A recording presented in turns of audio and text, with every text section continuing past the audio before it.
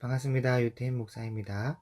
오늘부터 요한계시록을 살펴볼 텐데, 먼저 오늘은 요한계시록의 시대적 배경과 요한계시록을 어렵다고 오해한 부분을 함께 살펴보도록 하겠습니다.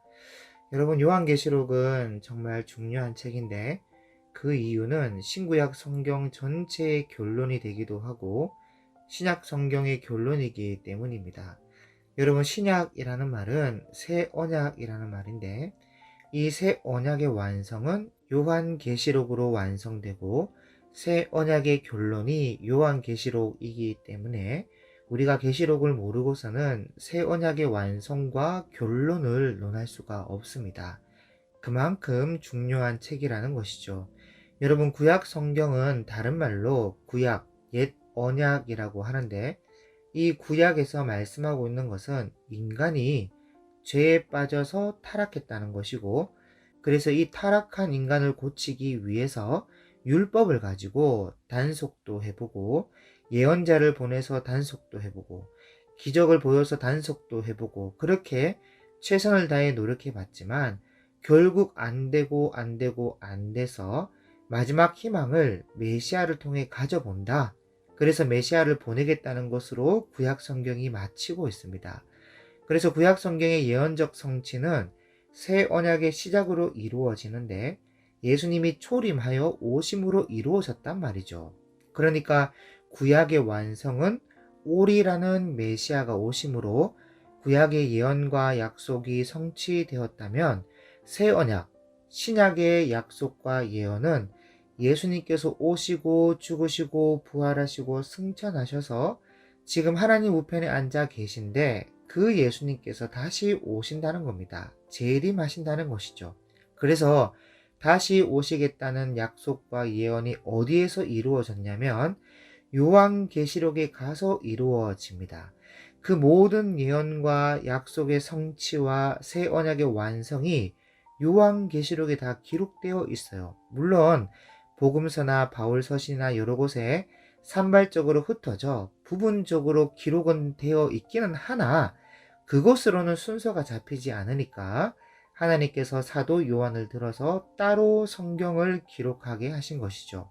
그래서 요한계시록에는 예수님이 오시기 전에 있어야 될 그날과 그때의 시대적 상황과 또 있어야 할 일과 재림하여 다시 오시는 예수님의 모습이 기록되어 있습니다. 그렇기에 이 요한계시록을 모른다는 것은 신약의 결론을 모른다는 것이고, 신약의 결론을 모른다는 것은 신구약 전체의 결론을 모르는 것이 되는 거예요.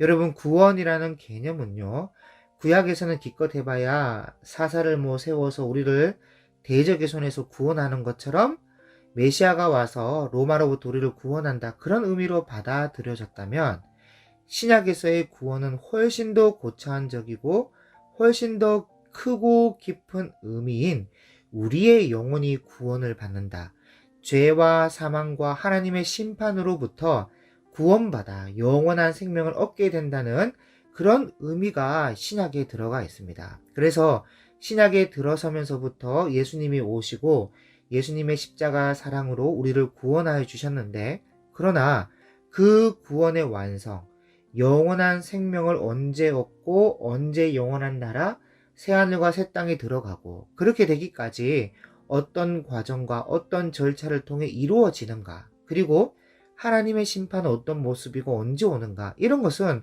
결국 계시록에 가야지만 그 구원의 참모습을 볼 수 있다는 거예요. 그래서 그만큼 계시록은 중요하고 새 언약의 결론이며 신구약 성경의 완성이 된다는 것입니다. 여러분, 지금 우리가 살아가는 세상은 예전과 비교할 수 없을 만큼 타락했고 점점 더 타락해 가고 있습니다. 역사를 돌아봐도 그 역사의 연장선상에서 오늘날을 봐도 또 앞으로의 미래를 생각해 봐도 점점 더 타락하게 될 것입니다. 그래서 결국 하다 안 돼서 이 세상의 역사를 멈추시고 예수님이 재림하여 새하늘과 새 땅을 다시 세우시는데, 이것을 오늘 다 살펴볼 수는 없고, 오늘은 요한계시록의 서론 부분과 계시록이 어려웠던 이유와 시대적 배경을 좀 말씀드리고 마치려고 합니다. 먼저 이 요한계시록은 크게 세 가지의 내용으로 구성되어 있는데, 첫 번째로는 두려워하지 말라는 내용이 들어가 있습니다. 요한계시록이 기록될 당시만 해도 이미 네로 황제의 기독교 박해 AD 64년에서 67년까지 3년 6개월 동안 엄청난 기독교 박해가 지나갔고, 이때가 첫 번째 기독교 박해인데, 이때 거의 모든 사도들이 다 순교하고 수많은 그리스도인들이 사자의 밥이 되고 또 십자가에 거꾸로 매달려 죽기도 하고 화형당하고 고문과 고통을 받았습니다. 그런데 이제 두 번째 박해가 일어난다고 하니까 처음에는 박해를 몰라서라도 받았다 하더라도 두 번째 박해 때는 이 박해가 도미티아누스 황제의 7년 박해인데, 이 박해가 일어날 때는 사람들이 굉장히 두려워했습니다. 그 고통과 아픔을 알고는 견디기가 쉽지 않은 거예요. 그래서 사람들이 두려워하면서 기독교에서 유대교로 다시 돌아가고 배교하게 되고, 그래서 쓰게 된 책이 히브리서지 않습니까? 물론 히브리서는 1차 네로 황제 때 썼는 책이지만 그만큼 유대교로 배교하여 다시 돌아가는 사람들이 많았다는 것이죠. 그래서 교회가 이래서는 안 되겠다 싶어서 하나님께서 계시록을 통해 두려워하지 말라고 기록하게 하신 것입니다. 이것이 첫 번째 내용이라면, 두 번째는 이 요한계시록을 사도 요한이 반모섬에 잡혀가서 기록하게 되거든요. 도미티아누스 황제가 사도 요한을 반모섬으로 유배 보내는데, 이 요한이 반모섬으로 잡혀갈 그 당시에 소아시아라는 지역에 교회가 7개나 세워져 있었습니다. 에서버두 사빌라라고 해서 에베소, 서머나, 버가모, 두아디라, 사데, 빌라델비아, 라오디게아라고 해서 이렇게 7개의 교회가 세워져 있었는데, 이 교회들이 도미티아누스 황제의 7년 박해가 일어나니까 예수님 언제 오십니까? 이렇게 더디 와도 됩니까? 지금 우리가 다 죽게 생겼는데 하면서 기도와 또 다른 목소리가 굉장히 많았습니다. 그때 예수님께서 계시록을 통해서 알려주시는 말씀이 뭐냐면, 너희가 온전한 믿음으로 내가 오기를 기다리는 것이 아니라 고통을 이기기 힘드니까 언제 오냐고 하는 것이 아니냐. 지금 너희 상황을 봐라. 내가 지금 오게 되면 너희들 책망받을 일들이 이렇게 많은데 괜찮겠냐 하면서, 물론 칭찬도 있지만 그렇지만 칭찬보다 책망받을 만한 것이 더 많아요. 니골라당 같은 이단도 용납하고 말이죠. 그래서 그런 말씀을 계시록 2장과 3장을 통해서 말씀하고 계신 것입니다. 그리고 무엇보다 박해가 일어날 때 가장 두렵고 힘들어했던 사람이 교육자예요. 7교회의 지도자들. 그 이유에 대해서는 따로 설명할 필요가 없겠죠. 그래서 교육자들에게 힘이 될 수 있도록 끝까지 견뎌라, 끝까지 믿어라 하면서 그런 식으로 힘을 주고 있는 말씀이 2장과 3장입니다. 그리고 마지막 내용이 장차 될 일입니다. 이게 아주 중요한데 바로 이후에 일어날 일들을 기록해 놓았습니다. 바로 예수님이 오시기 전에 어떤 사건들이 일어나게 되는가, 전 세계의 전쟁과 기근과 전염병과 짐승으로 약 3분의 1이 죽는 사건이 생기는 내용이나, 우주에서 별이 떨어지는데 그것도 수많은 별들이 떨어지는 내용, 그리고 또 적그리스도가 와서 기적을 보이고 믿는 사람들을 죽이고 다 자기에게 와서 경배하게 하는 내용이라든지, 하여튼 우리가 살아가는 세상 미래에 이루어지게 될 이야기가 나와 있습니다. 그래서 끝까지 견디지 못하면 구원받지 못할 것이다. 계시록에 뭐라고 기록할 정도냐면, 사로잡힐 자는 사로잡혀 갈 것이요 칼에 죽을 자는 마땅히 칼에 죽을 것이니 성도들의 인내와 믿음이 여기 있느니라 라고 기록할 정도로 대환란 대박해가 기록되어 있습니다.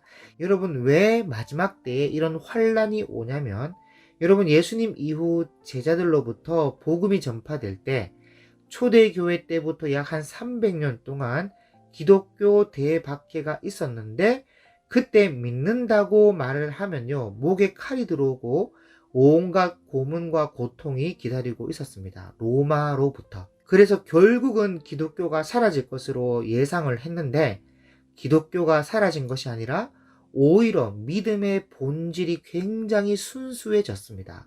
진짜 믿는 사람, 죽음도 이기지 못하는 믿음을 가진 순수한 사람들이 드러나게 됐고, 그 사람만이 예수님을 믿었다는 거예요. 그래서 마지막에 하나님께서 왜 또 환난을 우리에게 허락하셨냐면 마지막 때는 정말 타락에 타락을 더해 타락의 끝을 보여줄 때 더 이상 이 땅의 역사를 지속할 이유가 없을 때에 이 땅의 역사를 종결시키기 위해 예수님이 오시는 것이기 때문에 진짜 믿음을 가진 사람, 진짜 순수한 믿음으로 살아가는 사람이 있는가 하면서 마지막으로 순수한 믿음을 가진 자들을 걸러내기 위하여 대환란을 예비하신 것입니다. 이해가 되시죠? 그래서 이때는 다 순교해야 돼요. 육체로 구원받고 그런 거 없어요. 영혼은 구원받아도 육체로는 다 순교해야 합니다. 그래서 사로잡힐 자는 사로잡혀갈 것이요 칼에 죽을 자는 마땅히 칼에 죽을 것이니 성도들의 인내와 믿음이 여기 있느니라. 그래서 우리 미래에 일어날 일을 대비하여 우리가 어떤 믿음의 자세를 가지고 살아야 하는가를 잘 보여주고 있는 책이 요한계시록인데, 그럼 이렇게 중요한 요한계시록을 왜 지금까지 제대로 배우지 못했을까? 그런 생각이 들지요. 그래서 그 이유를 좀 말씀드리려고 하는데, 다른 이유보다도 신앙의 선배들로부터 요한계시록은 어려운 책이라고 오해를 했기 때문입니다. 그리고 여러 가지 이유로 요한계시록을 가르치지 않았는데 그 부분을 좀 말씀드리려고 합니다. 요한계시록이 어렵다고 오해한 첫 번째 이유는 사도 요한이 천사로부터 계시를 받을 때 그림과 동영상으로 계시를 받는데 그림은 하나도 안 그려놓고 봤던 그림과 동영상을 전부 글자로 표현하여 남겨놨어요. 그러니 읽는 사람들이 이해하기가 힘들고 어렵게 느껴지는 것이죠. 그리고 글로 기록할 때 미래에 있을 생전 처음 보는 것들을 글자로 기록한 겁니다. 그리고 또 생전 처음 보는 것을 설명할 방법이 없었어요. 그래서 사용한 방법이 비유관념을 들어서 뭐뭐 같고 뭐뭐 같으며 이런 식으로 기록을 했는데, 이것이 또 우리에게 어렵게 느껴지는 것이 성경 해석학자들이 해석할 때 이런 것을 전부 다 상징이다, 그런 식으로 가르쳤어요. 물론 상징적 의미가 들어간 말씀도 있지만 아닌 것이 더더더 많거든요. 그런데 전부 상징이라고 하니까 어렵게 느껴질 수밖에 없는 겁니다. 자, 그 다음 두 번째로 구약과 신약을 통전적으로 알지 못하고 요한계시록을 다뤘기 때문에 어려웠습니다. 이것은 경험자만 말할 수가 있는데, 진짜로 성경 전체를 잘 모르면 요한계시록은 안 보입니다. 정말로 그래요. 어떤 면에서는 하나님께서 구약과 신약이 다 원만하게 보여야 계시록이 보일 수 있도록 장치를 해놓은 것 같아요. 저도 참 계시록을 알고 싶어서 고등학교 때부터 계시록을 몇 번이나 정독하고 그때 나온 뭐 휴거라는 책과 또 요한계시록 강해책을 사서 봤는데 하는 말들이 다 달라요. 그리고 명쾌하지가 않았습니다. 그러다가 성경 65권이 원만하게 보이니까 요한계시록도 어느 정도 보이기 시작하더라고요. 그래서 그냥 바로 요한계시록을 제가 영상 강의로 진행해도 되는데, 그렇게 하지 않고 마지막 때를 살아가는 성도들이라는 제목으로 다른 성경을 먼저 다룬 것은 그나마 최소화해서 이렇게라도 해야 요한계시록을 원만하게 이해할 수 있기 때문이에요. 자, 그 다음 세 번째로 아까 말씀드렸는데 이런저런 종말론과 요한계시록에 관련된 책들이 나와 있어요. 시중에 많습니다. 신학과 교단마다 다르게 말할 뿐 아니라 같은 교단이라도 교수에 따라 또 다르게 설명해놨어요. 그 책들이 전부 다. 그래서 중구난방인데다가 사람들의 입맛에 맞는 잘못된 종말론을 채택하고 그것이 달콤하니까 교회에 만연되어 있습니다. 잘못된 종말론이. 그래서 요한계시록이 어려웠어요. 특히 그 잘못된 종말론이 뭐냐? 한국과 미국의 신학 속에 세대주의적 종말론이 만연되어 있는데 이 종말론은 정말로 잘못된 종말론입니다. 그 다음 네 번째로 성경을 해석할 때 과잉 해석을 해서 오히려 쉽게 이해될 본문을 어렵게 만들어 버렸습니다. 예를 들어 요한계시록에 나오는 단어는 모두 다 상징성을 가지고 있다, 그렇게 말을 해서 사실 쉽게 이해할 본문을 과잉 해석을 통해 어렵게 필요 이상으로 이해하지 못하게 만들었습니다. 여러분, 물론 요한계시록 안에는 상징성을 가진 단어나 그림이 있어요. 없다는 게 아닙니다. 그런데 상징성을 가지지 않은 단어와 그림까지 다 상징을 가졌다고 해석을 하니까 본문이 어렵고 이해하기 어려운 것이죠. 그런데 사실은 그렇지가 않거든요. 그 다음, 다섯 번째로 요한계시록을 묵시문학이라고 소개해서 사람들로 어렵게 느끼게 만들었습니다. 그런데 요즘에는 묵시문학이라는 말은 잘 사용하지는 않는 것 같긴 하더라고요. 그런데 지나온 역사를 볼 때 묵시문학이라는 말을 많이 사용했습니다. 왜냐하면 계시록이 풀리지가 않으니까, 어려우니까, 무엇을 뜻하는지 모르니까, 특히 순서라도 잡히면 좋겠는데 그런 순서도 안 잡히니까 묵시문학이다, 그렇게 말을 했던 것이죠. 그래야만 어떻게 보면 모른다는 것을 핑계거리로 충분히 변명을 할 수 있는 것이죠. 그런데 여러분, 요한계시록 1장 1절을 보면 예수 그리스도의 계시라, 이는 하나님이 그에게 주사 반드시 속히 일어날 일들을 그 종들에게 보이시려고 그의 천사를 그 종 요한에게 보내어 알게 하신 것이라 하면서 첫 마디부터 묵시록이 아니라 계시록이라고 말씀하고 있어요. 그래서 은근슬쩍 가려서 숨기기 위한 목적의 묵시록이 아니라 믿음을 가진 성도라면 누구라도 충분히 알 수 있도록 확 열어 계시하여 보여준 책이 요한계시록이다라는 것입니다. 자, 그 다음 여섯 번째로 계시록을 보는 관점이 유연하지 못해서 어려웠습니다. 그러니까 관점이 한쪽으로 치우쳤고 편향된 시각을 가지고 있다는 것이죠. 예를 들어 큰 교회 담임 목사님이나 교계 어른이나 아니면 신학교의 어떤 유명한 교수가 말을 했다고 하면 그 교수와 그 담임 목사가, 그 어른이 한 요한계시록이 틀릴 리가 있을까? 이분이 말하는 것은 다 맞는 말이야, 같은 편향된 시각이 요한계시록을 유연하게 보지 못하도록 만들었다는 것이에요. 그렇게 되면 제가 지금 말씀드리고 있는 이 요한계시록 강의, 이것을 재고해 보지 않는다는 것이고 유연하게 받아들이지 않는다는 것이 됩니다. 제 말은 무조건 틀린 말이 되어 버리거든요. 그러면 어렵게 느껴질 수밖에 없는 거예요. 자, 그 다음 일곱 번째로, 많은 사람들이 요한계시록은 함부로 읽으면 안 된다는 식으로 암시를 주어서 어려웠습니다. 사실 여러분, 어려운 부분이 있긴 하죠. 하지만 어렵다고 처음부터 알려고 노력하지를 않았습니다. 왜냐하면 함부로 건드렸다간 이단에 빠질 수 있다는 식의 말이 많이 돌았거든요. 그래서 요한계시록을 몰라도 구원받는 것에는 지장이 없다 해서 거의 손대지 않았습니다. 그러나 이제부터는 계시록을 모르면 믿음 다 팔아버리고 나도 모르는 사이에 마귀의 종이 되어 있을 수 있어요. 왜냐하면 요한계시록을 몰라서 이단에 빠질 가능성이 많다는 겁니다. 신천지가 요한계시록 건들죠. 하나님의 교회가 요한계시록 건들죠. 통일교가 건들죠. 전부 다 이단들이 다 요한계시록 건들고 요한계시록이 열렸다, 이런 식으로 그들이 홍보를 하거든요. 그래서 우리도 반드시 알고 있어야 됩니다. 그것도 진리대로 바르게. 그 다음 여덟 번째로, 요한계시록은 우리 미래의 일이고 미래에 일어날 역사입니다. 그래서 미지의 미래를 다루는 것이다 보니까 모르는 세계가 있고 과학과 문화와 경제와 금융이 발달하기 전까지는 우리 미래를 예측하기가 어려웠습니다. 예를 들어 조선시대 사람에게 스마트폰에 대해서 자세히 설명해줘도 이해할 수 없듯이 요한계시록은 2000년 전에 기록된 책이라서 그 당시의 사람들 뿐만 아니라 다니엘서의 왕래가 빨리 이루어지리라 라는 말씀이 이루어지기 전까진, 그러니까 문명이 발달하기 전까지는 이 책을 읽어왔던 모든 사람들이 다 이해할 수 없었을 거라는 것이죠. 직접 스마트폰을 보기 전까지는 추측할 수 있는 생각의 한계가 제한되기 때문에 스마트폰에 대한 설명은 미지의 미래 속을 걷는 느낌이라는 것이죠. 그러나 오늘날은 다릅니다.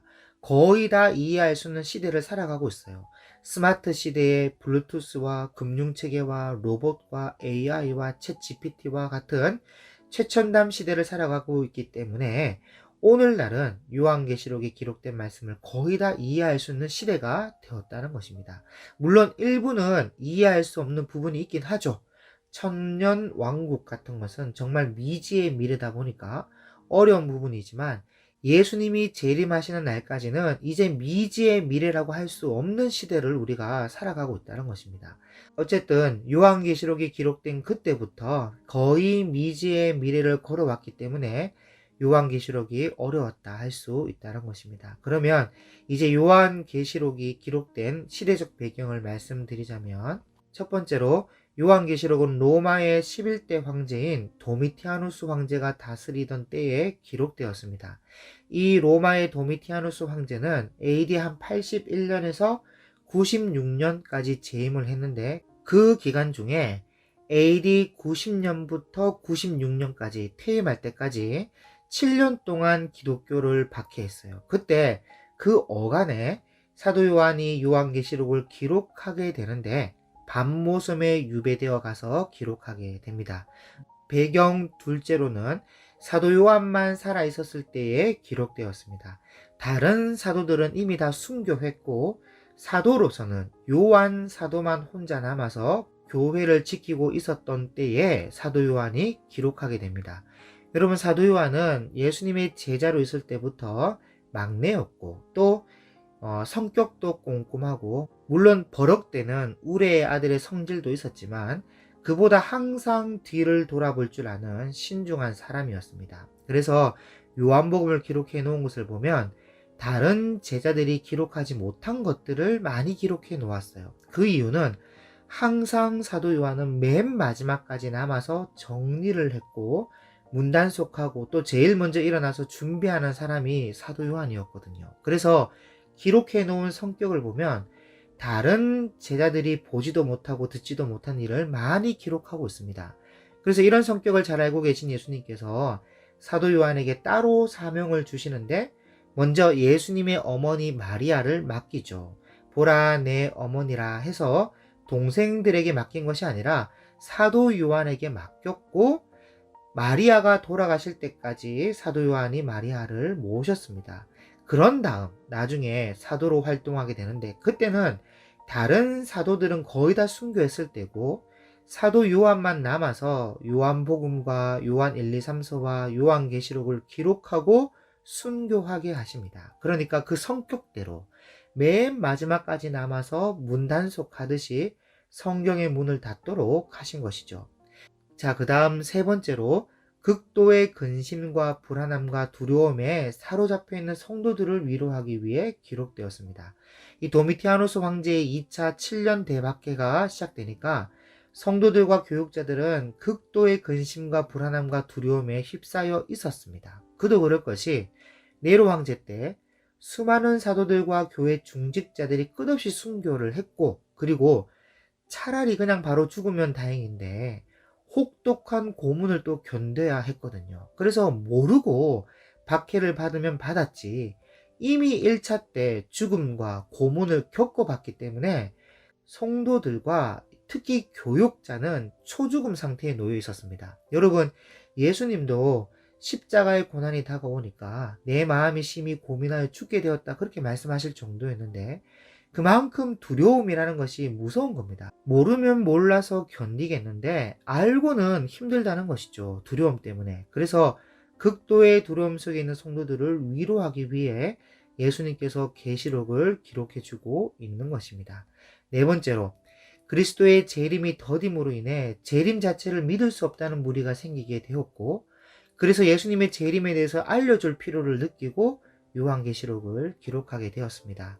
여러분, 예수님의 재림이 더딤은 사실이기도 하지만 언제나 그리스도의 재림 자체를 믿을 수 없다고 속단하는 무리들은 항상 있어 왔습니다. 이들은 어떻게 보면 믿음이 연약하기 때문에 이런 말을 하는 것인데, 특히 그때 어떤 말들이 있었냐면, 네로 황제 박해 때 사도들이 다 순교할 때도 오지 않았는데 예수님이 오긴 뭐로 온다는 말이야, 예수님이 오신다는 것은 다 거짓말이야 하는 사람이 있었고, 그에 반해서 또 어떤 성도들은 주께서 재림하실 때가 임박했다, 곧 오신다, 곧 오실 거야, 이제는 오셔야지 하면서 재림에 대해서 속단하는 사람들도 있었습니다. 그때 많은 성도들이 어려운 시대를 함께 보내고 있으니까 매 주일마다 예배 마치고 끌어안으면서 등을 토닥이며 형제여 힘을 내십시오. 주께서 임하십니다. 마라나타 그렇게 인사를 했는데 2차 박해가 온다고 하니까 일부 사람들은 곧 오신다. 오실 거야. 오셔야 돼 하면서 재림을 속단했다는 것이죠. 여러분 요한복음에 21장에 이런 말이 있어요. 예수님께서 베드로를 보고 네가 젊어서 띠뛰고 원하는 대로 다녔지만 늙어서는 그 팔을 벌리리라 하고 너를 원치 않는 곳으로 끌어갈 때가 온다 그렇게 말씀하셨는데 이렇게 예수님께서 말씀하신 것은 다른 게 아니에요. 주께서 게바가 어떤 죽음으로서 하나님께 영광을 돌리게 될 것을 미리 말씀하심이더라. 이렇게 사도 요한이 설명을 하고 있는 장면이 있습니다. 그때 이 말을 들은 베드로가 네 알겠습니다. 저도 그렇게 순교하겠습니다. 이렇게 말하면 얼마나 좋겠어요. 그런데 베드로가 그렇게 안 하고 사도 요한을 딱 보더니 주여 얘는 어떻게 됩니까? 얘는 어찌 되는데요? 그렇게 물었단 말이에요. 그러니까 예수님께서 조금 언짢아 하시면서 요한은 내가 돌아올 때까지 머물게 하고자 하는데 그게 너하고 무슨 상관이냐? 너는 나를 따르라 그렇게 말씀하셨거든요. 근데 이 말이 와전되어 버렸어. 와전되어 가지고 사도 요한은 예수님이 올 때까지 안 죽는다고 말씀하셨어. 하면서 사도 요한이 살아있으니 곧 죽기 전에 오실 거야 하는 소문이 퍼져 버렸습니다. 그러니까 사도 요한이 요한복음을 기록할 때 AD 90년이 넘어서 기록하거든요. 그때 기록할 때 예수님께서 베드로에게 하신 말씀은 그런 뜻이 아니라 요한은 내가 돌아올 때까지 머물게 하고자 하더라도 그게 너하고 무슨 상관이냐? 너하고가 아무 상관이 없다. 그저 너는 나를 따르기나 해라. 그 말씀을 하신 것이라고 요한이 다시 재설명해 놓은 것이 있다는 것이죠. 요한복음 21장에 그러니까 요한이 복음서에 해명을 하는 이유는 사람들이 알지도 못하면서 자꾸 그런 소리를 하니까 다 순교했는데 요한만 순교 안 한 것 봐라 하면서 요한이 죽기 전에 예수님 오신다면서 속단하는 사람들이 있었다는 것입니다. 그러니까 믿어야 할 것을 믿는 것이 아니고 믿고 싶은 것을 믿었다는 것이죠. 그래서 이 시기에는 교회 안에 재림 자체를 부정하고 낙심해 버린 사람도 있었고 곧 오신다 오실 거야 하면서 재림을 대망하는 사람도 있었습니다. 사실 둘 다 문제죠. 그래서 천국에서 난리가 났습니다. 하나님의 입장이 곤란해졌어요. 앞으로 로마의 박해가 10차 박해까지 가야 하는데 1라운드에서 KO 당하고 이제 2라운드가 시작되는데 그러기 상태에 있으니까 천국에서는 난리가 났죠. 그래서 요한계시록을 기록하여 내려보내게 된 것입니다. 여기 천국에서 난리가 났다라는 이 표현은 천국 어전회의라 할 수 있는데 그 장면이 신비성이 있는 것은 욥기서에 사탄 마귀가 하늘 어전회의에 참석하는 모습도 기록되어 있기도 하고 무엇보다 열왕기상 22장 19절에서 22절에 미가야 선지자를 통해 보여주신 어전회의가 있습니다. 한번 읽어보시면 제 말이 어느 정도 이해가 되실 것이라 생각합니다. 그럼 다음 시간에는 각 장별로 간략하게 개요를 말씀을 드리고 우리 미래에 일어날 재림과 또 이 재림 이후의 순서를 장별로 개요하면서 잡아드리도록 하겠습니다. 감사합니다.